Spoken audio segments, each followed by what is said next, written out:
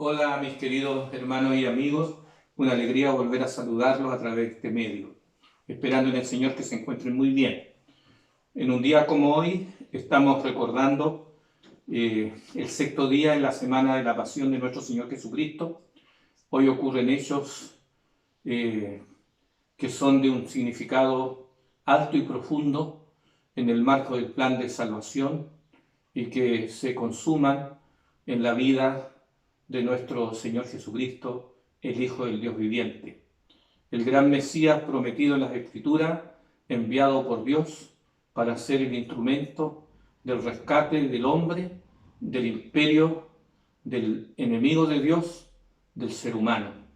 Por eso loamos a Dios el Padre, que podemos reflexionar en esta historia tan sagrada, tan maravillosa, tan profunda y de implicancia tan insondable que solamente podemos comprender su dimensión verdadera a través de la ayuda que nos entrega el Espíritu Santo. Gracias sean dadas a Dios que a través de su palabra se nos cuenta parte de los eventos que acaecieron en la vida de nuestro Señor Jesucristo en un día como hoy. El Señor poco a poco se fue sumiendo en una profunda amargura, en un pesar, en una tristeza que era prácticamente indescriptible. El lenguaje humano, los escritores bíblicos, guiados por el Espíritu Santo, nos cuentan en parte lo que pasaba en la vida de nuestro Señor Jesucristo. Por un lado, su profundo y puro amor en favor de sus amados discípulos que tenían que continuar su obra, pero él tenía cuatro grandes preocupaciones por ello.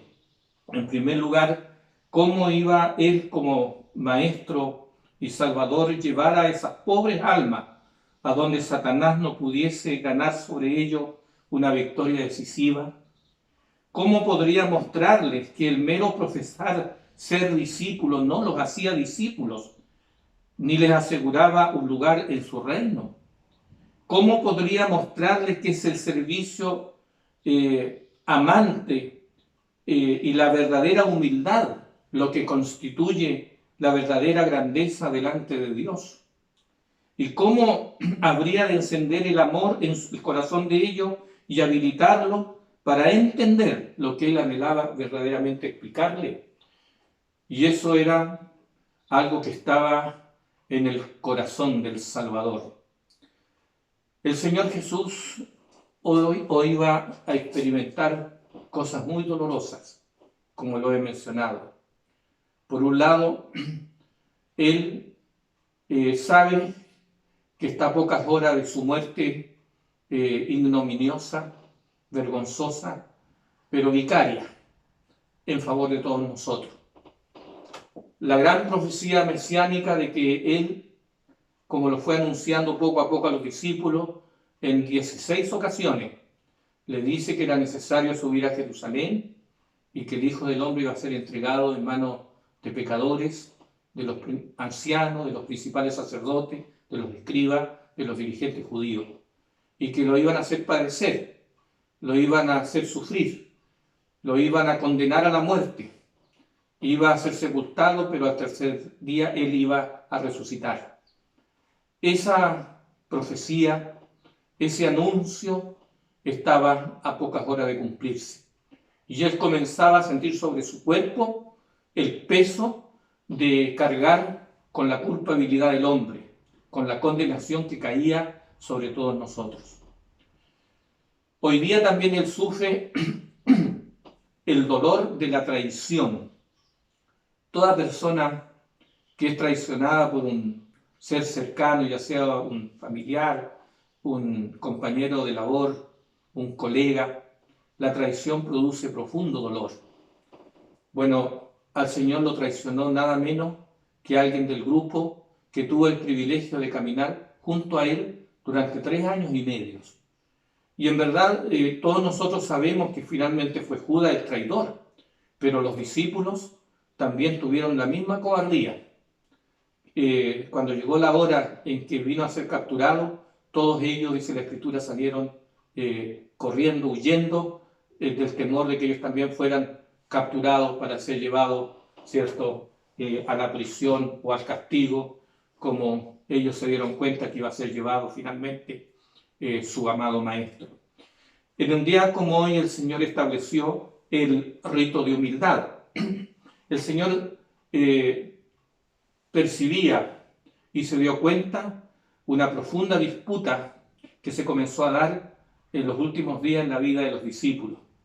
Había corrido fuertemente el rumor de que Jesús debía ser coronado rey. Y ellos, en verdad, como la mayoría de los judíos, esperaban un Mesías libertador, como un rey poderoso que pudiera, a través de las armas, si era necesario, de la guerra, establecer un reino nacional poderoso judío. Y no lograban comprender lo que la profecía señalaba con tanta claridad, que el enviado de Dios, el Mesías Salvador, iba a ser un verdadero siervo sufriente, y iba a ser como un cordero manso y humilde, y que como un cordero iba a ser finalmente llevado al matadero. Entonces el Señor quiso enseñarle a los discípulos lecciones de humildad y de servicio que tenían que ser grabadas con letras de fuego en la mente y en el corazón de ellos. Por eso Él estableció el rito de humildad, que consiste en el lavamiento de pies. Como era la función de un siervo, Él lavó a todos los discípulos sus pies, comenzando desde el mismo Judas y terminando finalmente por Pedro. Judas fue conmovido en el momento en que el Maestro lavó sus pies.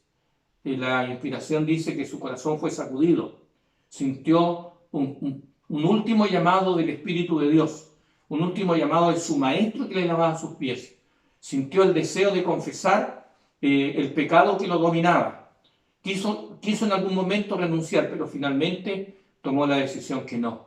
No quiso humillarse y finalmente Judas se entregó totalmente a merced del enemigo, y el enemigo lo pudo usar como el instrumento que se preparó con tiempo para hacer de Judas un hombre deleznable que cometió uno de los actos más viles en la historia bíblica, que entregó por miserable 30 piezas de plata al Salvador del mundo. Luego el Señor, de lavar los pies a los discípulos, les pidió por favor que esa práctica, ese rito, eso que habían visto ellos hacer allí a Él, lo pudieran continuar haciendo en sus vidas y enseñándole a la naciente iglesia y a las generaciones futuras que esto debe ser una práctica permanente de sus profesos discípulos a través de toda la historia. Y damos gracias porque hoy las iglesias cristianas tenemos el privilegio de practicar de tiempo en tiempo estos ritos que nos ayudan a renovarnos espiritualmente. El Señor también quiso enseñarles la lección del servicio abnegado. Por eso ese es el propósito principal del rito de humildad. Amigos queridos, el Señor luego estableció la Santa Cena a través de emblemas como el pan sin levadura y el jugo de la vid sin fermentación. El Señor quiso representar su cuerpo sin pecado y su sangre pura y santa que iba a ser derramada por los pecados del mundo. En las palabras que registra Lucas, el Señor le dijo a los discípulos, estando allí en un lugar llamado el aposento alto: cuánto he deseado comer con vosotros esta Pascua antes que padezca, porque os digo que no la comeré más hasta que se cumpla en el reino de Dios. Y así fue. En ese contexto, en ese marco, ocurrió y se consumó una de las horas más sombrías en la historia de la vida terrenal de nuestro Señor Jesucristo. El Señor le dice en ese contexto: mientras comían, dijo el Salvador, uno de vosotros me va a entregar. Y entristecido en gran manera, comenzó cada uno de ellos a decirle: ¿soy yo, maestro? Entonces él respondiendo dijo: el que mete la mano conmigo en el plato, ese me va a entregar. A la verdad el Hijo del Hombre va, según está escrito de él, mas hay de aquel por quien el Hijo del Hombre es entregado, bueno le fuera no haber nacido. Y allí se consumó esa historia tan triste, que un hombre que tuvo la oportunidad, igual que los otros 11, de poder arrepentirse de su malvado corazón, renunciar a su orgullo, renunciar a su egoísmo, renunciar a su apego a las cosas terrenales, al vil dinero, y optar por las cosas del reino del Señor, él optó por el camino de la perdición, el camino del mal, el camino de la separación eterna de Dios. El relato sagrado dice: entonces respondiendo Judas, el que le entregaba, dijo: soy yo, maestro. Le dijo: tú lo has dicho. Hermanos, amigos, allí el Señor participó de los ritos sagrados. Y mientras comían, dice la Escritura, tomó Jesús el pan, lo bendijo, lo partió y lo dio a sus discípulos, diciéndole: tomad, comed, esto es mi cuerpo que por vosotros es partido. Haced esto todas las veces que lo comáis en memoria de mí. Y luego dice que tomando la copa y habiendo dado gracias, les dio a los discípulos y les dijo: bebed de ella todos, porque esto es mi sangre en el nuevo pacto que por muchos es derramada para remisión de los pecados. De cierto os digo que desde ahora no beberé más de este fruto de la vida hasta aquel día en que lo beba nuevo con vosotros en el reino del Señor. Y cuando hubieron cantado el himno, dice que salieron del lugar allí donde ellos se encontraban hacia el monte de los olivos. Entonces Jesús le dijo: todos vosotros os escandalizaréis de mí esta noche, porque escrito está: heriré al pastor y las ovejas serán dispersadas. Pero después que haya resucitado, iré delante de vosotros a Galilea. Entonces Pedro, uno de los discípulos, le dijo: Maestro, aunque todos se escandalicen de ti, yo nunca me escandalizaré. Y Jesús le dijo: de cierto te digo, Pedro, que antes que el gallo cante esta noche, 2 veces me negarás, 3 veces. Y Pedro le dijo: aunque me sea necesario morir contigo, maestro, no te negaré. Y todos los discípulos dijeron lo mismo. Pero queridos hermanos y amigos, la historia dice que así fue, tristemente. La reacción de los discípulos fue tardía, aun cuando el Señor tantas veces que los llamó a velar y a orar para que no entraran en tentación. Los llamó a orar mucho para que no perdieran el sentido y la comprensión de lo que realmente iba a ser el Cristo, el prometido Mesías libertador. Pero gracias sean dadas a Dios que el Señor, a pesar de todo lo que significó la traición de Judas, el abandono de los discípulos y luego la profunda agonía en el jardín del Getsemaní. Desde el Monte de los Olivos salió hacia un lugar que se llama Getsemaní, dice el registro santo, y le dijo a sus amados discípulos: sentaos aquí entre tanto que voy allí y lloro. Y tomando a 3 de ellos, Pedro, Santiago y Juan, dice que comenzó a entristecerse y a angustiarse en gran manera. Entonces le dijo: mi alma está muy triste hasta la muerte. Velad conmigo, quedaos aquí, pero velad y llorad conmigo.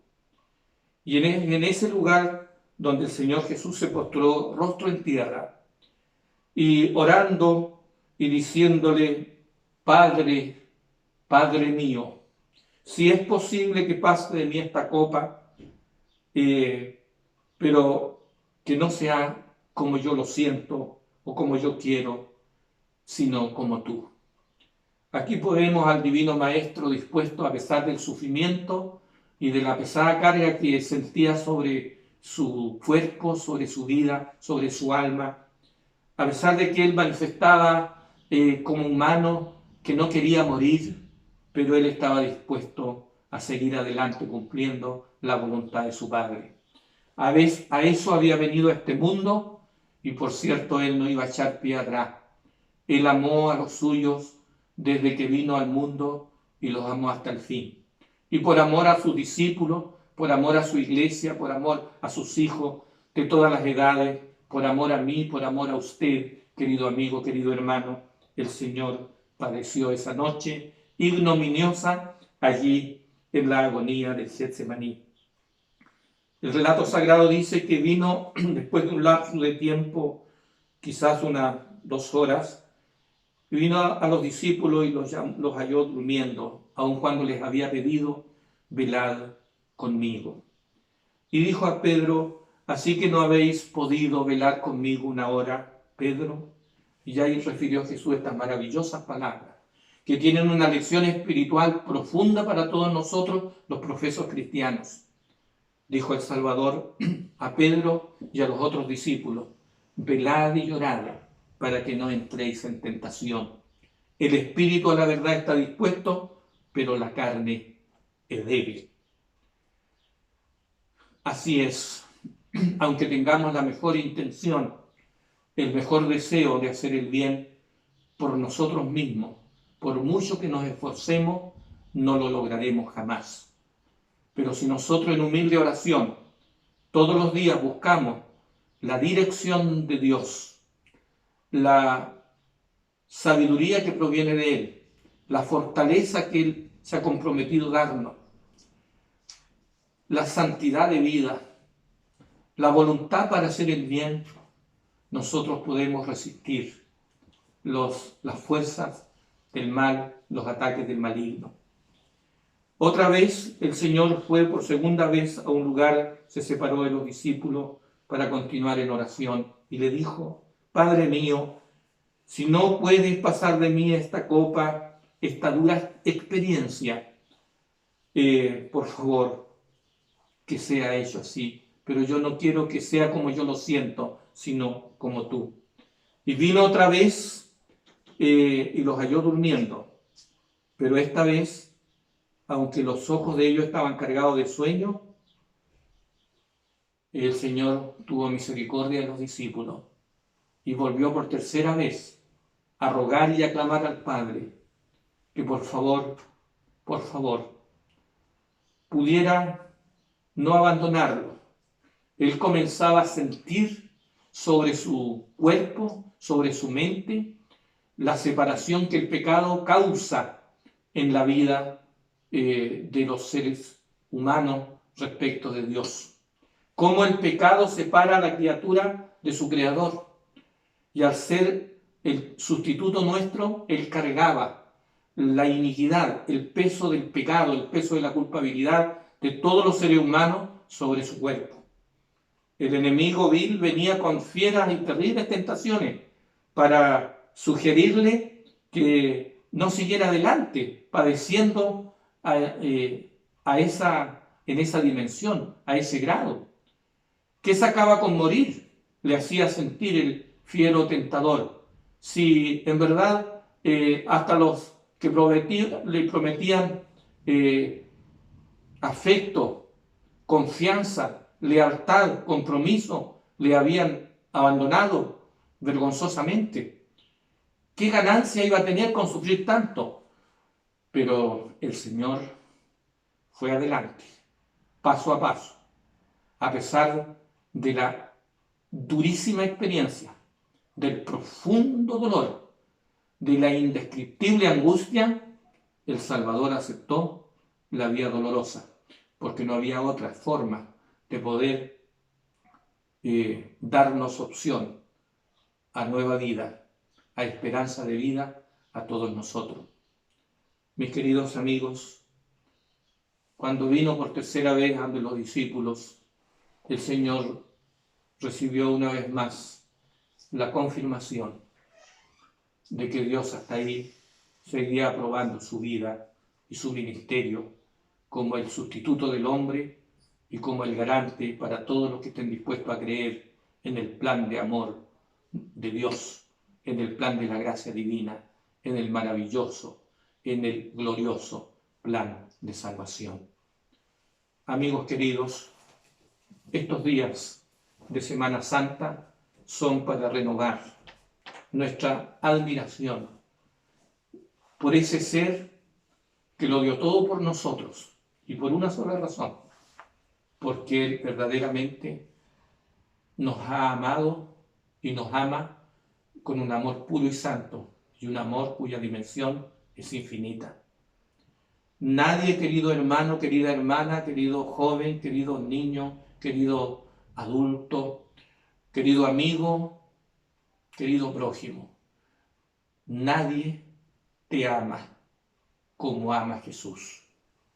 Nadie tiene mayor amor que este, dijo él, que uno ponga su vida por sus amigos y aún por aquellos que no quieren ser sus amigos. En una hora como esta, histórica, tan significativa, tan importante, donde tantas cosas estaban en juego, el Salvador del mundo, a pesar de toda la estrategia del diablo, logró vencer una vez al fiero tentador, al vil enemigo. Y Cristo es para nosotros entonces nuestra única garantía y nuestra única esperanza. Por eso, en una hora como esta, permitamos que una vez más nuestra vista lo mire por la fe a Él, lo contemple a Él. Que en estas horas especiales, cuando recordamos los padecimientos de nuestro Señor por nosotros, nuestro corazón experimente ese recogimiento espiritual y tengamos con humildad la disposición de poner una vez más en Él nuestra fe, nuestra confianza y en verdad reconocer que Cristo es para mi vida y para su vida nuestra única verdadera esperanza. Que el Señor nos bendiga en las decisiones que debemos tomar. Cristo es el único camino a la vida y a la salvación eterna. Que el Señor, una vez más, te pueda bendecir, querido amigo, por las decisiones que Él te llama a que tome por tu salvación al abrirle tu corazón y al aceptarlo como tu Salvador personal en tu vida. Que el Señor te bendiga grande y maravillosamente en esta noche. Amén.